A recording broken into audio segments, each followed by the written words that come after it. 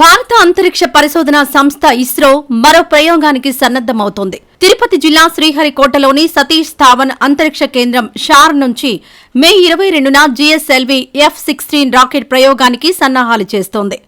ఈ రాకెట్ ద్వారా అమెరికాకు చెందిన నిషార్ ఉపగ్రహాన్ని రోదసీలోకి పంపనుంది.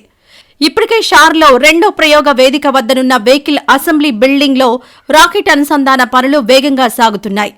దీంతో పాటు పిఎస్ఎల్వి C-61, LVM-3G1, LVM-3M5 రాకెట్ల అనుసంధాన పనులు కూడా జరుగుతున్నాయి. జిఎస్ఎల్వి F-16 అనుసంధానానికి సంబంధించిన రాకెట్ పరికరాలు కేరళలోని తిరువనంతపురం నుంచి భారీ భద్రత నడుమ రోడ్డు మార్గాన 2 ప్రత్యేక వాహనాల్లో శుక్రవారం షార్కు తీసుకొచ్చారు. ప్రయోగించే విదేశీ ఉపగ్రహాన్ని కూడా నెలాఖరులో షార్కు తీసుకురానున్నారు. రాబోయే 2 ఏళ్లలో కులశేఖర పట్టణం నుంచి రాకెట్ ప్రయోగాలు చేపడతామని ఇస్రో చైర్మన్ నారాయణన్ తెలిపారు.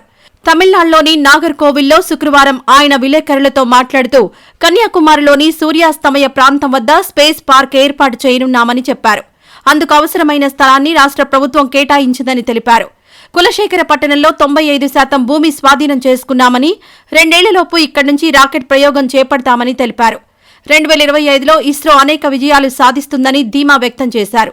శ్రీహరికోటలో 42 నెలల్లో 3వ ల్యాండ్ ప్యాడ్ ఏర్పాటు చేయనున్నామని, అందుకు కేంద్రం 4,000 కోట్లు కేటాయించిందని పేర్కొన్నారు.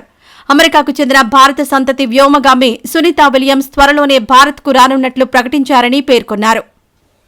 ఈ వీడియో నచ్చితే లైక్ చేయండి. అలాగే మా ఛానల్ ని ఫస్ట్ టైం కనుక చూస్తున్నట్టయితే ఇప్పుడే సబ్స్క్రైబ్ చేసుకుని పక్కనే ఉన్న గంట సింబల్ ని యాక్టివేట్ చేసుకోండి. అప్పుడే మేము పెట్టే ప్రతి వీడియో మీకు నోటిఫికేషన్ గా వస్తుంది. అలాగే ఈ వీడియో పూర్తిగా చూసినందుకు ధన్యవాదాలు.